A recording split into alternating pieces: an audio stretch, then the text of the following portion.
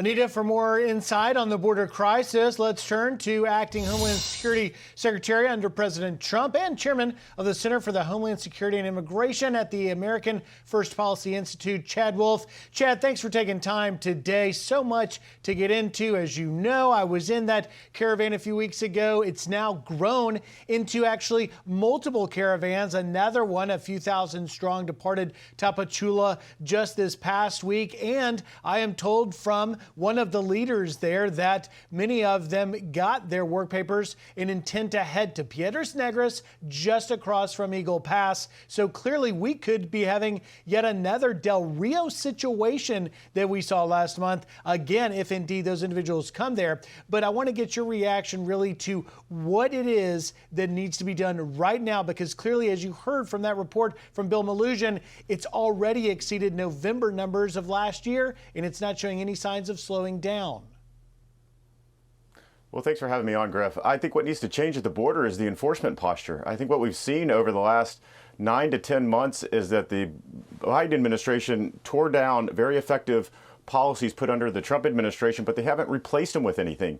And so they continue to have a crisis month after month, historic numbers month after month, and they continue not to do anything different.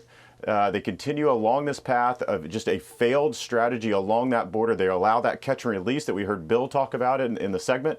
And that's why these migrant caravans are coming to the border. That's why you see overwhelming number of folks coming to the border, because they want to remain here in the United States throughout their immigration court proceedings. And so as long as the Biden administration facilitates that, encourages that, and has policies to accommodate that, you're going to continue to see historic numbers coming across that border. I want to talk to you, Chad, about a specific pull factor, as we are told from the Border Patrol folks, and that is this possible payments, nearly $500,000 to migrant families separated at the border. We had, as we showed earlier in the show, the poll, just 30% support payments, while some 49% say don't pay anybody at all, and then another 12% oppose it, but say maybe some money. Do you see that as a incentive, a driver of migrants?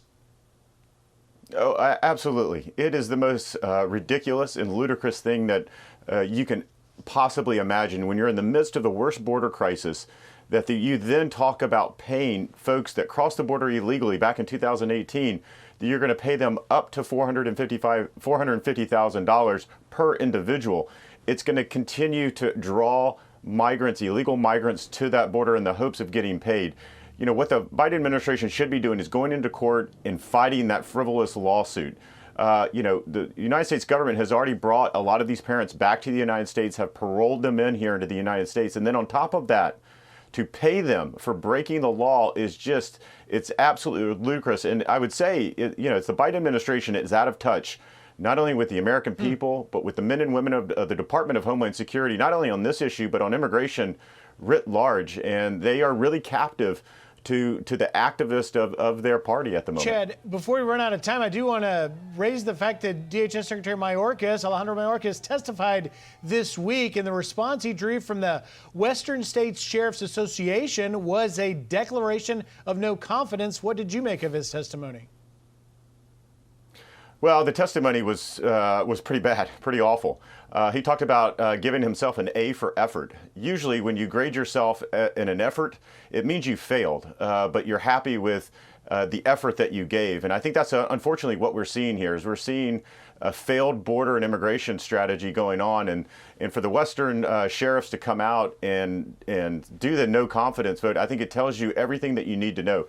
These are the sheriffs, these are the folks that are on the ground having to deal with the mass influx of both migrants and illegal narcotics all day, every day from this self-inflicted crisis.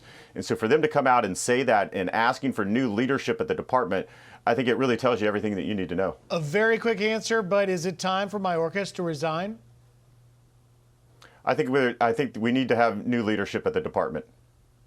Chad Wolf, former acting DHS Secretary. Chad, thank you for your insight and have a happy Thanksgiving.